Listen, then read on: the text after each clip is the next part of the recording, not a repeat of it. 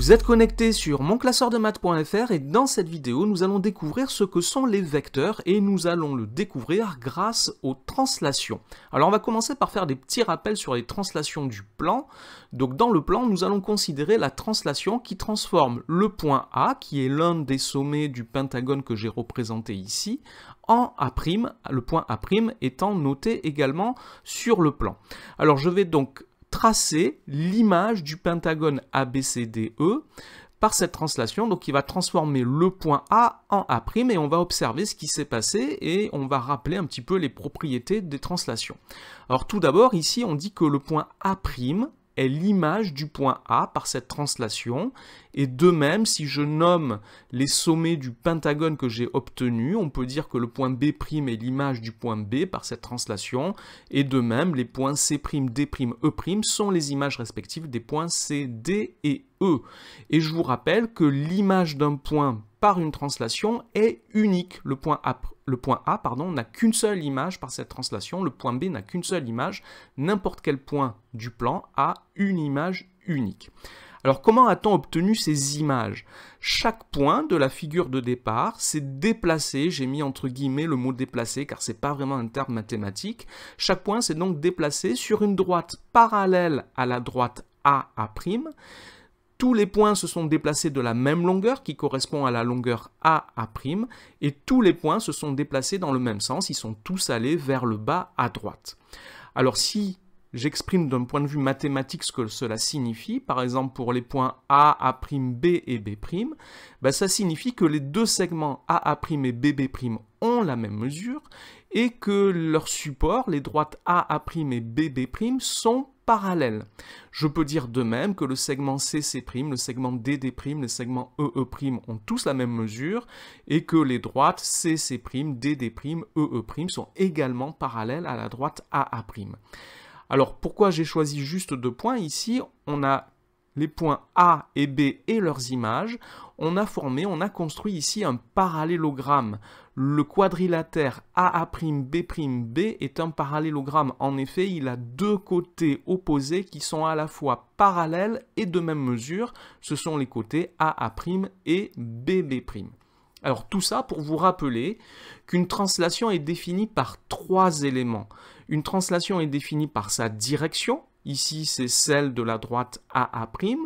La direction d'une droite correspond à son inclinaison. Toute droite parallèle à la droite AA' a la même direction.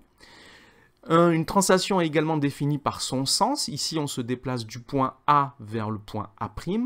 Et par une longueur. Ici, cette longueur, c'est la distance entre les deux points A et A'. Donc ici, nous avons trois éléments, direction, sens et longueur, qui définissent une translation. Et ces trois éléments sont connus dès que l'on dit que la translation transforme le point A en A'.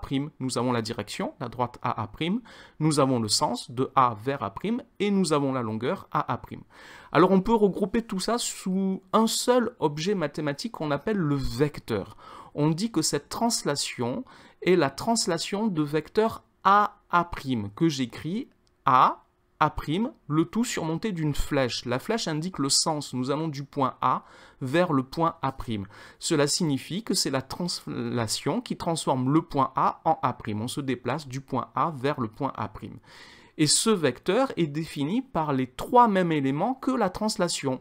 Donc le vecteur AA' est défini par sa direction, c'est la direction de la droite AA', l'inclinaison de la droite AA'.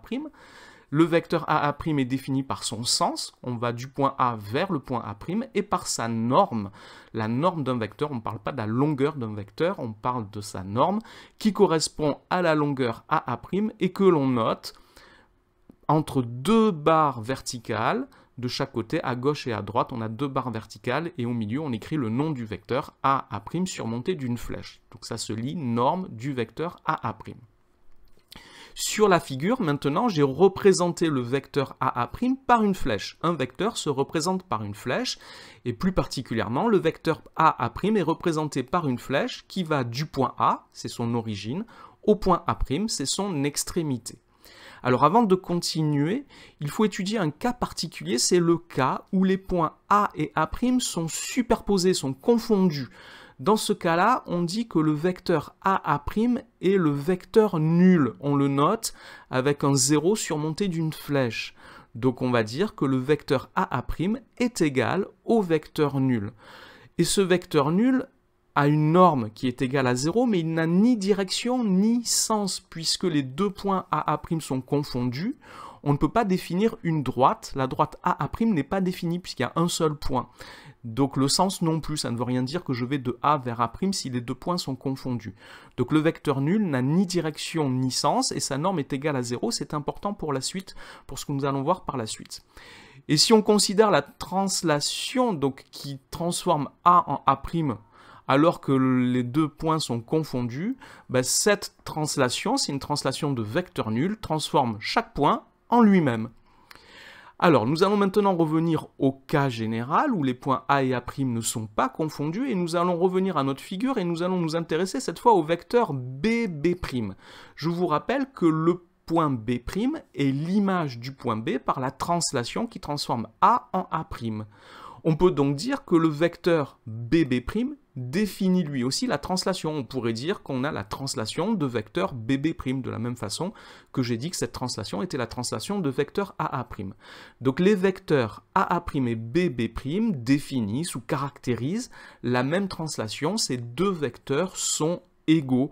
On va noter que le vecteur AA' est égal au vecteur BB'. À chaque fois que vous voyez cette écriture, les noms des points A et A' surmontés d'une flèche, on doit lire vecteur AA'. Donc ces deux vecteurs sont égaux, et puisqu'ils définissent la même translation, je peux dire qu'ils ont la même direction, le même sens et la même norme. Eh bien, c'est la condition à laquelle deux vecteurs sont égaux, deux vecteurs non nuls parce qu'on a dit tout à l'heure que le vecteur nul n'avait ni direction ni sens. Donc deux vecteurs non nuls sont égaux si et seulement si ils ont même direction, même sens et même norme. Cela signifie qu'ils définissent la même translation.